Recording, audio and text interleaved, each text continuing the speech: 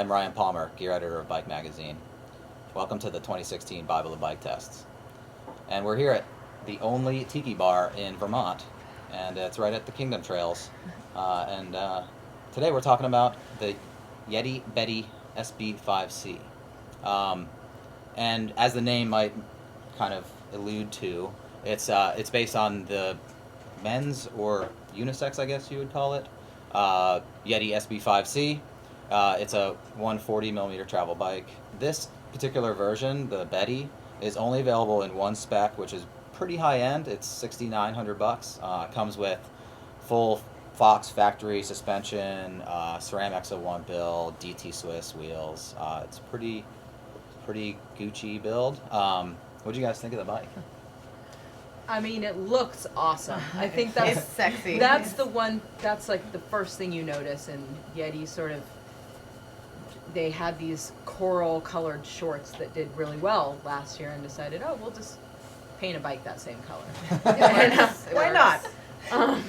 But it definitely is a unique color, and it looks beautiful. Rolled up and I saw that bike and I was like, I want to ride that bike. Okay, so did it ride as good as it looked then? Okay, so next, yeah. So the bike rode really well.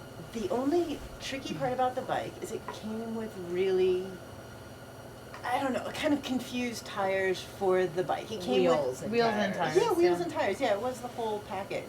Because the wheels were a bit narrower than what I like. They weren't as high volume as what I like, and they didn't hook up as much as I like. But it's one of those things where I think I would have had a totally different experience with different shoes on the bike. Yeah. Right. But you can also look beyond that, and it rode really, really well. Climbs. It climbs. Well, before we so move well. on, what tires were on there? It was. It's an Ardent, a Maxxis Ardent on up the front. which actually is fine. I think in the Icon in the back, which is like a slick. In And it was a my opinion. 2.2 Icon. Yeah. They're a little Got thin. to, so yeah. So we actually Okay, but rode it we with act- different tires on it, and I've ridden the bike with the spec tires, and it rides way better if you just put a beefier tire on it. I think the wheel is still, they put an XC race wheel on there, and I Right. know it's to keep the weight down. It's a 26-pound bike, which is Like, for a 5-inch travel bike. I mean, that is Right. super light, and Yeah. so. Right. But I think personally, I would probably take a bit of a sacrifice on the weight. It's kind of a mixed identity there. Like, Yeah. you're gonna have a 5-inch trail bike that's super capable, but then you're too scared to take it down anything loose, or Right. Yeah. so it just seems like they would maybe take a bit of a weight sacrifice to make it more of an all-around trail bike. Yeah. But then again, I mean, like, how did it accelerate? Because putting a really Fast, light set quickly, of wheels yeah. on there, Totally. that I helped. can't That's complain like about that. Yeah. helped with Right. that acceleration. I think That's of a all big the bikes thing. we tested, this bike got up and out of the gates quickly when it was time to stand up and pedal or get a steep little ascent. This bike went. Yeah, It was there. the Switch Infinity suspension, you definitely, I mean, it is an amazing pedaling platform. You just feel like you could climb with the shock wide open. It just goes up and over. We were climbing a lot of sort of like rooty, kind of technical climbs, and I was on a bunch of baby head fire road stuff, and it was still just like went right up and over everything. It was Right.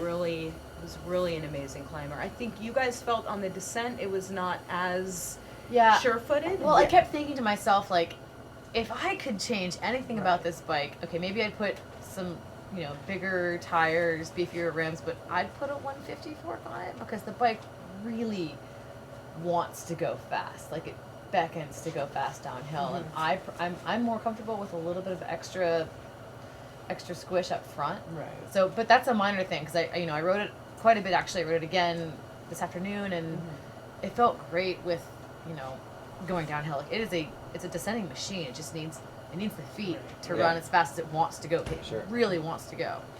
I really like this new Switch Infinity Link. I've ridden it on a couple of their bikes. Yeah. And, what I really like about it is, like, you don't have to mess with the shock at all. I just leave the shock open all the time. Yeah. And it kind of sits right into its sag and stays there, but it's still pretty supple. Like, it's still, even if you're on the gas, like, it still feels like the suspension Yeah. is active. I Yeah. climbed with it open 100%. I mean, I Yeah. played with it a little bit just to, compare and Feel the difference. and feel the difference. But it is like no problem climbing with it wide open. It just Yeah. It's it's true. so efficient. Yeah, and it gave me the traction I wanted without, without losing that pedal efficiency. Yeah.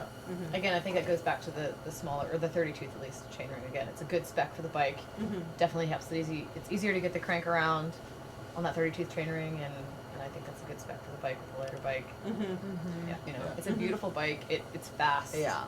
It would do great there. Mm-hmm. My complaints are honestly really minor. Of Mhm. all the bikes that we tested, this is the bike I picked to ride for fun because it's Mhm. just really fun. Right. Yeah. Mm-hmm.